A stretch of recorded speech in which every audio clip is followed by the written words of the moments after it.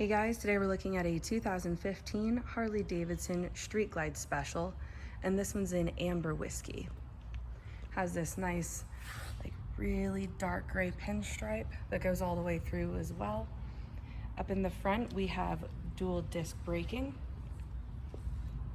and this one does have ABS as well. We have the engine guards and the highway pegs already mounted. Floorboards with the heel toe shifter.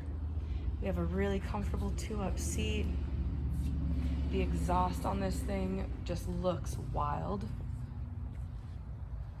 And it also matches the grips, which are actually really comfortable. And miles on this bike are 11,980. So come check it out.